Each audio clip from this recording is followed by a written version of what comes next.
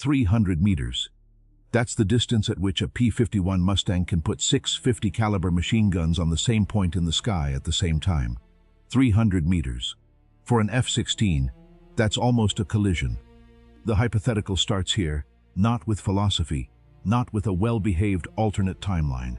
It starts with a lone F-16C over an unidentified coastal region, 6,000 meters altitude, radar showing multiple contacts in hunting formation, 8 aircraft, combat configuration, World War II. The pilot has exactly what he launched with, an M61A1 Vulcan 20mm cannon with 500 rounds, 2 AIM-9 Sidewinder missiles on the wingtip rails, and 2 AIM-120 AMRAAMs on the center pylons. Fuel for 46 minutes of flight at combat power. No refueling, no support, no data link systems to coordinate with anyone, because there is no one compatible to coordinate with. The contacts are closing at 430 kilometers per hour. They are Focke-Wulf 190As, likely the A8 variant, BMW 801 engine with 1,070 horsepower, 4 20mm MG-151 cannons, plus 2 13mm machine guns. In attack formation, 8 of them represent a volume of fire that no modern jet pilot was trained to face up close, because that kind of combat stopped existing before any of them were born. The F-16's radar sees all 8 at 42 kilometers out. They don't know it exists. First AIM-120 launched at 22 kilometers. The missile accelerates past Mach 4, actively guided, no pilot input required after release. The FWI never registered the sound before impact. For the other 7, something exploded in formation. No warning system, no countermeasures. They react the only way they know. They tighten the formation and turn toward the most likely visual contact, which doesn't exist, because the F-16 is at an altitude and speed they cannot reach.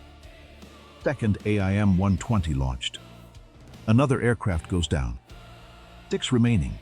The pilot now has 2 Sidewinders and 500 rounds of cannon. The AMRAAMs are gone. Here begins the problem that no simulation briefing ever reproduces properly. The AIM-9 Sidewinder has a minimum engagement envelope of roughly 300 meters and requires a consistent infrared signature to lock. The BMW one in the WWII generates considerable heat, but not in the pattern the Sidewinder's sensors were built to prioritize. The missile was developed decades later, calibrated for jet engines, for turbine exhaust plumes, not for air-cooled radial piston engines. The first Sidewinder locks after 3 acquisition attempts. Launched. Impact. 5 aircraft. The second Sidewinder fails to lock on the fourth WWII after 2 passes. The pilot aborts the launch. Now he only has the cannon. And here the hypothetical stops being comfortable. The F-16 flies at Mach 2 in level flight, 1,300 kilometers per hour. Initial climb rate of 15,000 meters per minute. Numbers that put any World War II aircraft at an absolute disadvantage on every pure performance metric. But cannon requires closure. Closure requires relative deceleration. And 5 remaining WWII-190s, flown by men who spent years developing survival instincts in hostile skies, are not stationary targets. The first cannon pass burns 40 rounds, downs 1 aircraft, damages another. The second pass burns 62 rounds on 2 targets that evolved into crossing trajectories, uncoordinated, instinctive, but forcing the jet pilot to abort fire to avoid collision geometry. 3 intact aircraft remaining. Fuel, 23 minutes. Rounds, 398. The pilot runs the calculation that no modern doctrine manual teaches. If he engages the 3 remaining aircraft in slow-turning combat to maximize cannon effectiveness, he burns fuel he doesn't have. If he maintains speed and altitude, he needs repeated passes that burn ammunition at a rate that doesn't support 3 clean kills.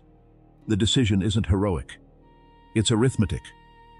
He shreds the 3 remaining aircraft in a single converging pass at low altitude, burning 186 rounds in 6 seconds, accepting that at least 2 of the WWII-190s will get rounds off before being hit. 20mm fragments punch through the left leading edge. Not fatal.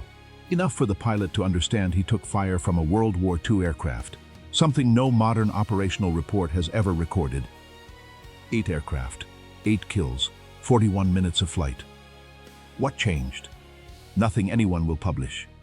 The timeline of a fictional mission was interrupted. 8 experienced pilots who could have trained others never came back. The fear left in the rest, if there were any rest, has no technical name in any counterinsurgency manual.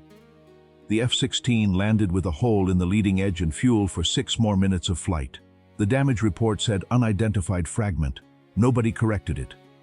If this kind of analysis interests you, the channel has more. Drop a comment with the hypothetical confrontation you want calculated next week.